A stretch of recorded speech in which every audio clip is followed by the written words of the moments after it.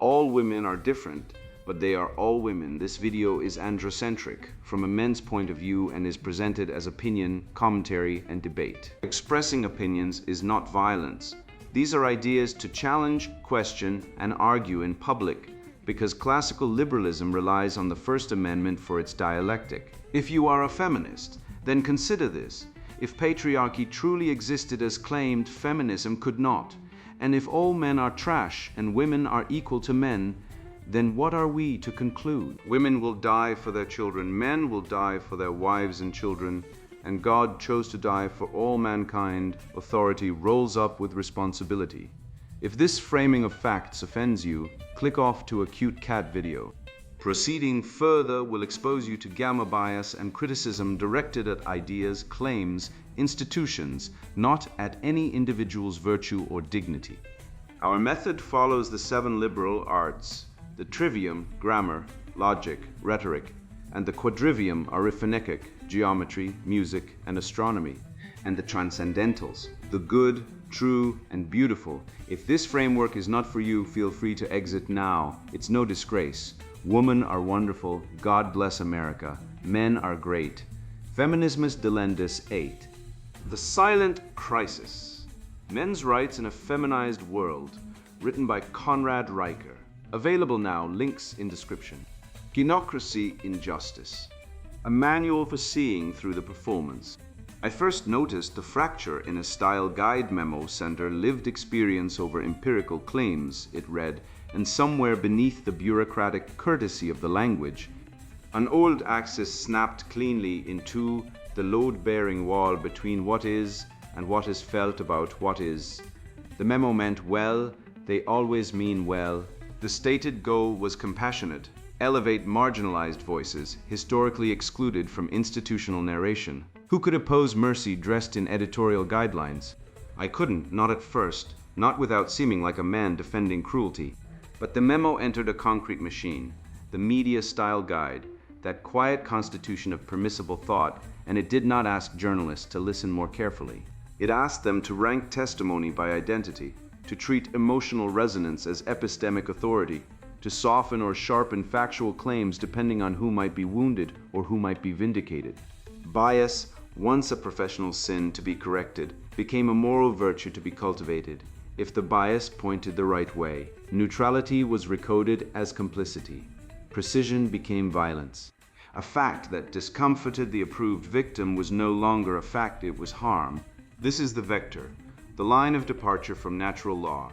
Reality is no longer something you correspond to, it is something you negotiate, and the negotiation is rigged by pedigree. Truth does not ask whether you are oppressed. This system does before it lets you speak, before it lets your sentence stand. Here is why men feel it as vertigo rather than politics. We were formed by fathers, by law, by the grammar of civilization itself, to believe that a man's word is tested against the world, not against his pain. That justice is blind, that competence is earned, that a straight line is straight regardless of who draws it. Now the line bends towards sentiment, and we are told the bending is righteousness. Every institution we built to hold reality steady, the court, the classroom, the press, the church, begins to whisper that our steadiness was always oppression, that our composure was always concealment, that the old straight things must break so the crooked can finally breathe. And a man stands in the rubble of the language he trusted, holding a fact no one will verify, wondering whether he is crazy or whether the world just agreed to be. The case in plain English. The theory under the microscope is simple enough once the institutional fog clears. Scope, critique ideology, incentives, institutional capture, and policy mechanisms. Target the destruction of standards, not immutable groups as persons. In its own terms, it claims to want to dismantle objective, universal standards of truth, merit, and justice by replacing them with context-dependent, power-based narratives that privilege the subjective experience of the marginalized or those claiming marginalization over empirical reality, thereby shifting institutional authority from competence to identity and sentiment.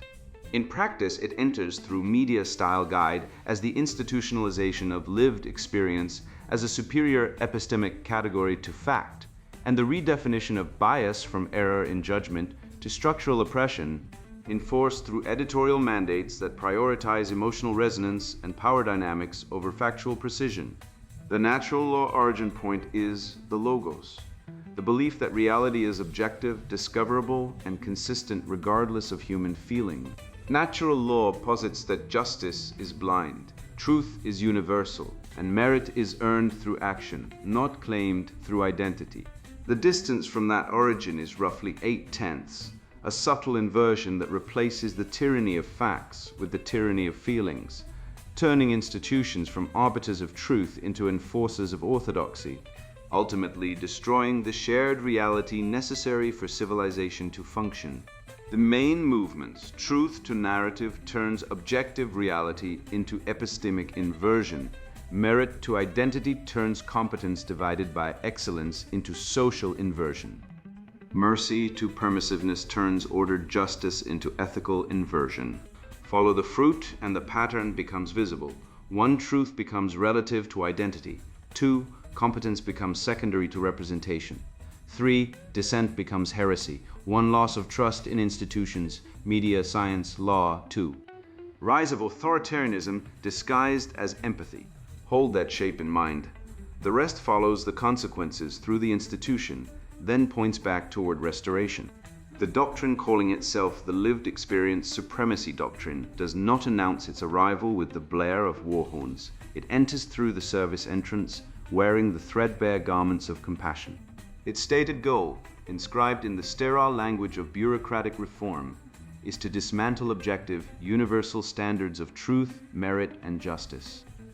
It identifies these foundational pillars of Western civilization not as the architecture of liberty, but as veils for oppression. It demands their replacement with context-dependent, power-based narratives that privilege the subjective, tribal experience of the marginalized over empirical reality. The ultimate objective is a complete transfer of institutional authority. Shift the power from those who possess competence to those who possess the correct identity and sentiment. What the theory claims to want, the lived experience supremacy doctrine, presents itself as an angel of light, promising to humanize the cold machinery of modern institutions. It claims it wants to level a playing field rigged by historical power dynamics. To achieve this, it elevates a new epistemic category, lived experience, above the ancient standard of fact. It argues that universal standards are inherently oppressive because they demand a uniformity that ignores historical grievances. By dismantling meritocracy and objective truth, the doctrine claims it will create equity. It sells the seductive lie that by lowering the standard of truth to accommodate individual sentiment, we will build a more just, compassionate, and inclusive civilization. It is a promise of salvation through the abolition of judgment. How it enters the institution. The institution is the strategic port. The media style guide is the harbor. An ideology without institutional power is merely a grievance. To wield power, the doctrine must capture the grammar of the institution. It enters through the policy rule procedure, the institutionalization of lived experience as an epistemic category superior to empirical evidence, and the deliberate redefinition of bias. Historically, bias meant a failure of accuracy, an error in judgment to be corrected by rigorous logic and evidence. The doctrine redefines bias as structural oppression. This grammatical shift mandates that editorial decisions prioritize emotional resonance and power dynamics over factual precision. If a factual error serves the narrative of an approved victim class, it is forgiven as a higher emotional truth.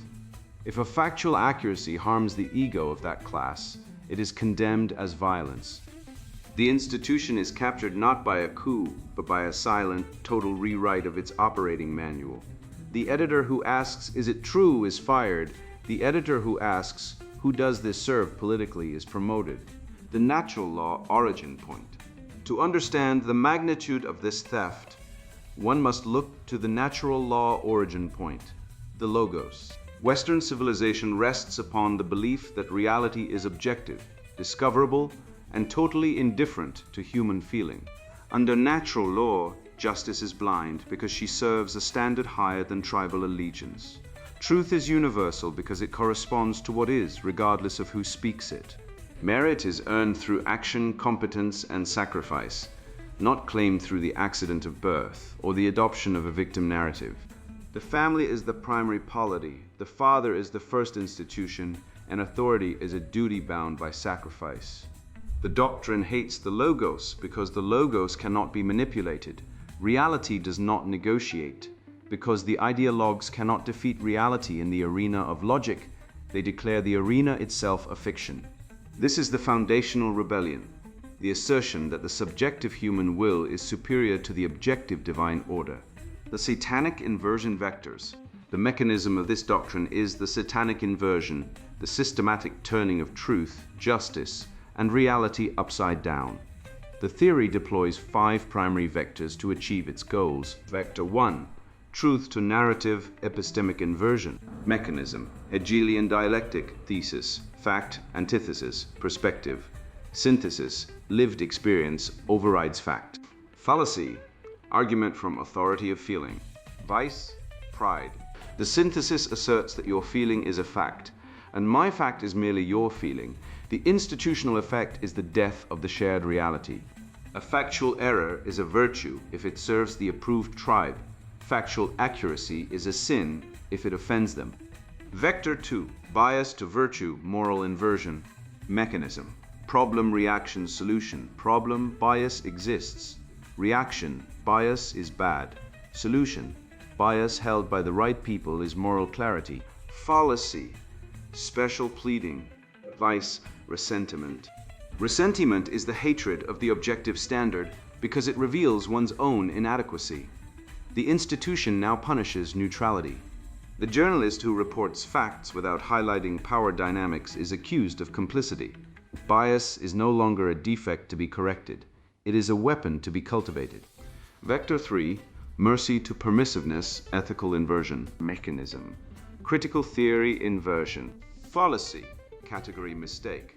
Vice, sloth. True mercy is giving what is due, but tempered with grace. Permissiveness is abandoning the hard work of judgment. By softening language and removing consequences to avoid trauma, the institution shields incompetence. Mercy becomes a shield for failure, and justice becomes an emotional management program. Vector 4. Merit to identity, social inversion. Mechanism. Ersatz replacement. Fallacy, genetic fallacy. Vice, envy. The doctrine replaces what you do with who you are. The style guide prioritizes voices based on skin color, gender, or trauma history over editorial skill. A mediocre writer with the correct identity is elevated. A brilliant writer with the incorrect identity is purged. Envy governs the institution, tearing down the competent to appease the resentful. Vector 5. Discomfort to harm, psychological inversion. Mechanism. The ratchet.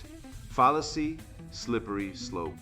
Vice, cowardice. Discomfort is the necessary price of growth. The doctrine expands the definition of harm to include mere offense. Triggering content is removed not because it is false, but because it causes psychological friction.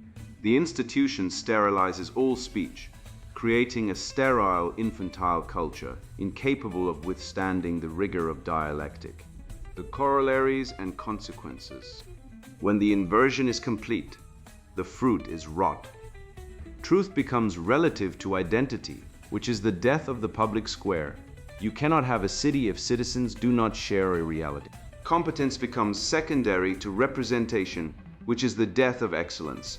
Dissent becomes heresy, turning institutions into echo chambers governed by paranoid inquisitors. The cultural decay is total. Men are pathologized as the embodiment of the hated logos, guilty of order, reason, and hierarchy before they speak. The family is pathologized as a center of oppression, accelerating its dissolution and making the citizen utterly dependent on the state. Every interaction becomes a power struggle, language loses its meaning, and civilization loses its immune system. The fallacies and vices that power the fall. The collapse is not random. It is driven by specific spiritual and logical failures. The engine of the fall is pride, the satanic assertion that the individual ego is the measure of all things. The fuel is ressentiment, the boiling, resentful hatred of the good, simply because it is good and cannot be possessed. The mechanism is sloth, the cowardly refusal to do the hard work of logical judgment, discipline, and self-command. The symptom is envy, the destructive urge to burn down the higher to justify the lower. The final result is cowardice, the retreat into a sanitized safe space, where no one is offended because no one is challenged. These fallacies, equivocation, special pleading, the genetic fallacy, do not merely represent bad logic. They represent a spiritual retreat from the demands of civilization. The Cultural Revolution ratchet. The advance of this doctrine operates on a one-way ratchet. Once ground is taken, it is never conceded. The Cultural Revolution proceeds in deliberate steps. Redefine objectivity as a privileged bias in the institutional preamble. Mandate lived experience as equal to or above empirical data. Introduce trauma-informed editing as an institutional standard. Replace fact-checking with power-checking, assessing who benefits. Elevate identity over competence in all hiring and promotion. Normalize cancel culture as accountability for ideological dissent. Erase universal standards in favor of contextual, grievance-based truths. Turn neutrality into a pejorative term synonymous with violence. Expand the definition of bias to include tone, microaggressions, and silence. Replace merit with equity, ensuring identical outcomes regardless of input. Elevate empathy above truth, weaponizing compassion against logic. Turn every institution into a safe space for the fragile and the vindictive. With each click of the ratchet, the father is removed and the bureaucrat is installed. The household is rendered obsolete, replaced by the totalizing machinery of the state and its corporate proxies. The counter-revolution home. The path home requires the total rejection of the lived experience supremacy doctrine and the restoration of the logos. It requires men to build counter-institutions governed by natural law rather than ideological capture. Restore the definition of truth as correspondence to objective reality. Restore merit as the primary criterion for evaluation and promotion. Restore impartiality as the highest professional virtue. Restore due process in all institutional judgments, refusing the tyranny of the accusation. Restore proportionality in punishment and mercy. Restore fatherhood as the model of ordered sacrificial authority. Restore discipline as the highest form of love and necessity for growth. Restore reason as the arbiter of truth, rejecting emotional manipulation. Restore virtue as the ultimate goal of education and formation. Restore the family as the primary polity immune to state interference. Restore national identity as a source of cultural cohesion and brotherhood. Restore God as the sovereign source of natural law. Nature is not bigotry. Difference is not hatred. Hierarchy is not oppression. It is the structure of excellence. Rights without duties are mere appetites dressed in legal paperwork. The counter-revolution is the work of remembrance. A man is not a construct. He is an embodied soul with a telos to protect, provide, build, and order the world toward the good, the true, and the beautiful. Do not trade truth for rhetoric, justice for resentment, logos for tribal rage, or God for politics. Define your terms, distinguish the lie, dismantle the inversion, restore the order. Counter-revolution path. XI, the counter-revolution 12 roads home. A civilization is not rebuilt by slogans. It is rebuilt by men who refuse to lie, refuse to bend, and refuse to abandon their posts. What follows is not theory, it is protocol. Each road is a restoration of something stolen, not by force, but by precision, patience, and the refusal to accept inversion as normal. 1. Restore the definition. Every revolution begins with a stolen dictionary. Equality now means unequal rules. Safety means silencing dissent. Justice means favoritism for the approved victim. Inclusion means excluding the competent. You cannot fight a lie while using its vocabulary. Practical duty, define your terms before every argument, ask, what do you mean by that? Refuse to let ideological terms pass as neutral. When someone says equity, ask whether they mean equal opportunity or equal outcome, because the difference is the difference between a free society and a bureaucratic leviathan. Words are the grammar of civilization. Recapture them or live in someone else's sentence. 2. Restore due process. The cornerstone of Western law from Magna Carta through the Fifth and 14th Amendments is that accusation is not conviction. Yet family courts, campus tribunals, HR departments, and social media mobs operate on the opposite principle. Accusation is conviction, evidence is re-traumatization, and the accused is guilty until proven broken. Practical duty: demand evidence, demand cross-examination, demand the right to face accusers. Support legal reforms that restore the presumption of innocence in Title IX proceedings, family court, and domestic violence policy. No standard of justice that would not survive application to yourself is justice at all. 3. Restore family integrity. The family is the seed of civilization. It is the smallest polity, the first school, the original church. When it dissolves, the state expands to fill the vacuum, becoming husband, father, provider, educator, and moral authority. This is not compassion, it is conquest. Practical duty: treat marriage as a covenant, not a renewable contract. Oppose no-fault divorce regimes that incentivize family dissolution. Support equal custody presumption as the default, because a child needs a father as a matter of right, not as a concession from a court. Rebuild the household as a unit of production, education, and moral formation, not merely consumption. 4. Restore fatherhood. Fatherhood is not a biological accident, it is an office. It carries authority because it carries sacrifice. The war on fathers through family law, media caricature, academic demonization, and the cultural script that reduces fathers to bumbling accessories or suspect predators is a war on the architecture of civilization itself. Practical duty: show up, provide, discipline, teach, lead. Be present in the home, the school, the church, the community. Refuse the script that marks you as optional. Fatherhood is public infrastructure. A society that dismantles it builds its own collapse. 5. Restore the culture of life. A civilization that cannot reproduce itself is not a civilization. It is a hospice with a flag. The contraceptive mentality, the abortion regime, and the commodification of children through IVF and surrogacy sever sex from generation, generation from covenant, and covenant from responsibility. Practical duty: honor chastity before marriage and fidelity within it. Support policies that protect unborn life. Resist the framing that children are burdens, choices, or consumer goods. A culture that calls the unborn parasites or clumps of cells has already declared war on its own future. 6. Restore education. Schools have been captured by an ideology that treats boys as defective girls, Western civilization as a crime scene, and objective knowledge as a tool of oppression.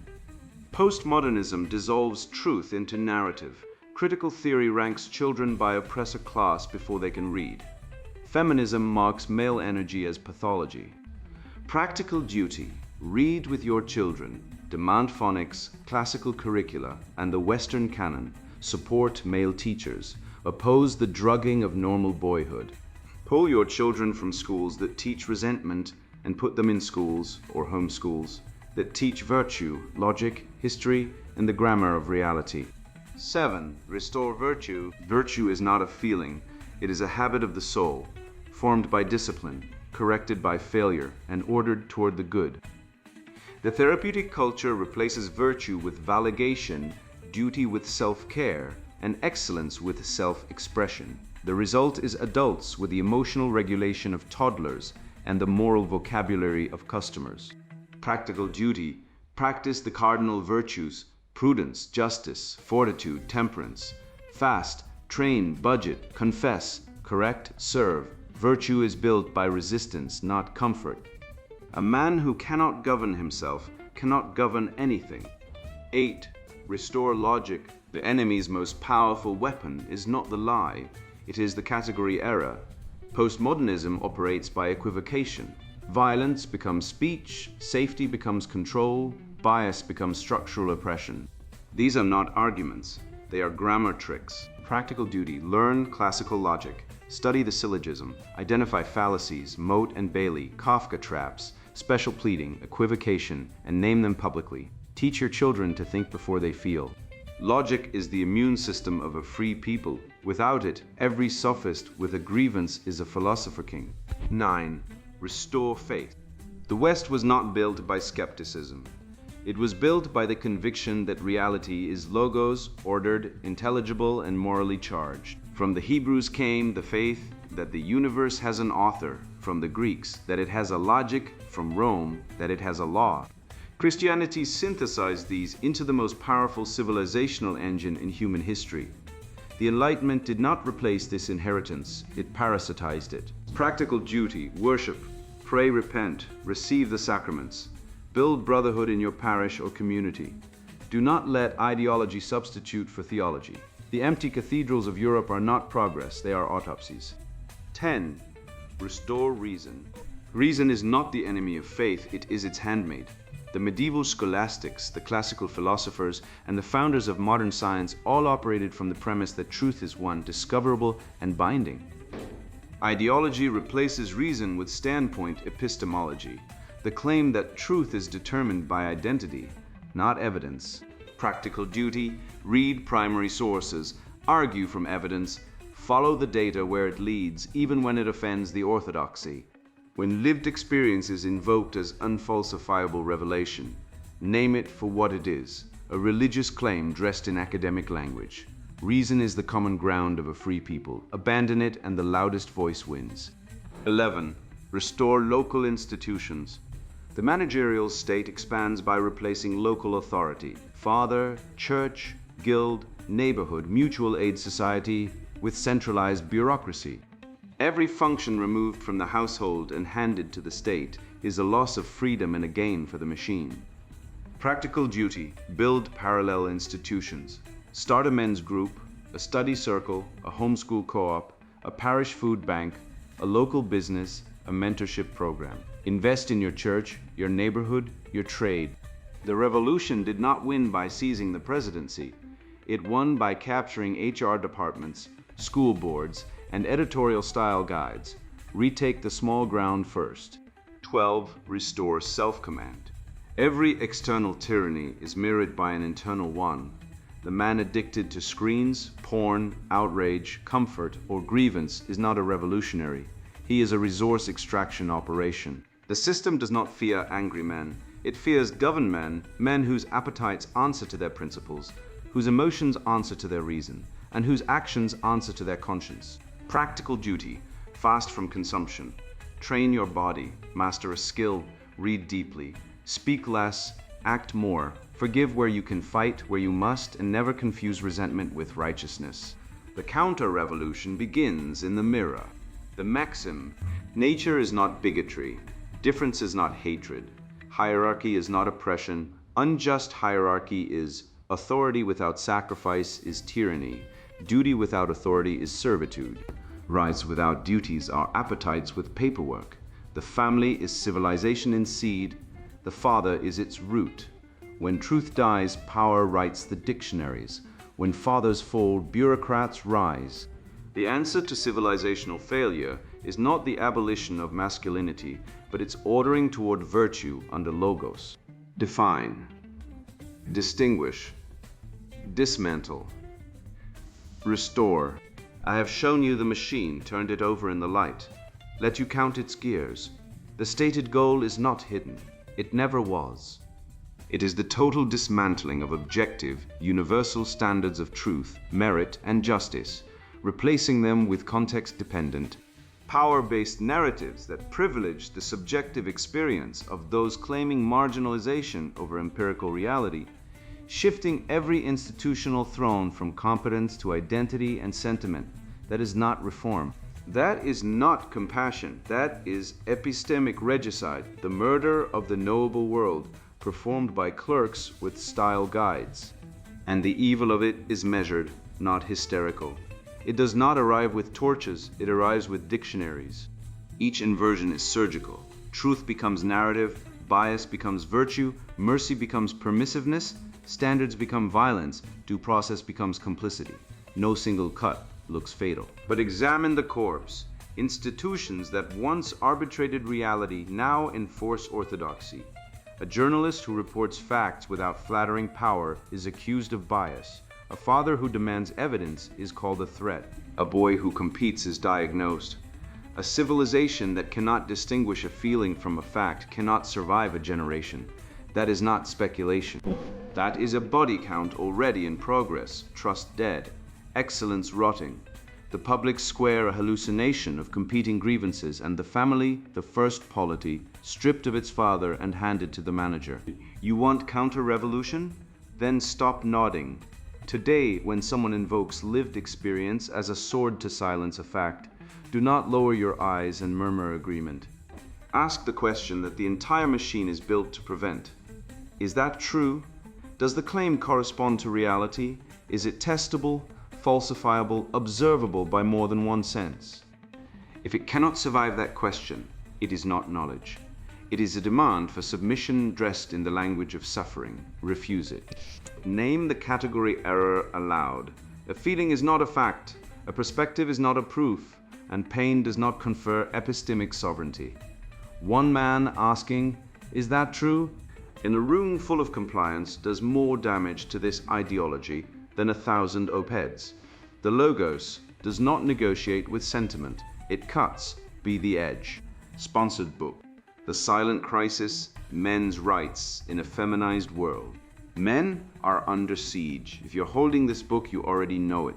You felt the sting of a system rigged to strip you of your dignity, your wealth, and your purpose.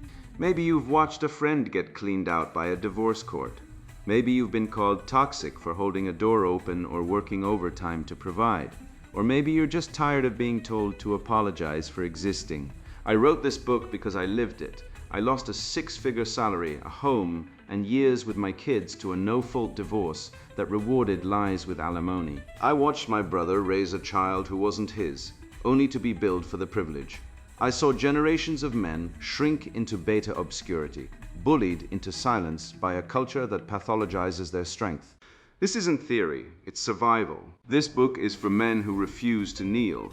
If you're content being a disposable wallet, a politically correct eunuch, or a simp cheering your own erasure, stop reading now, go binge Netflix, collect Funko Pops. This isn't for you, but if you're ready to fight, to reclaim your rights, your legacy, and your sanity, what follows is your arsenal.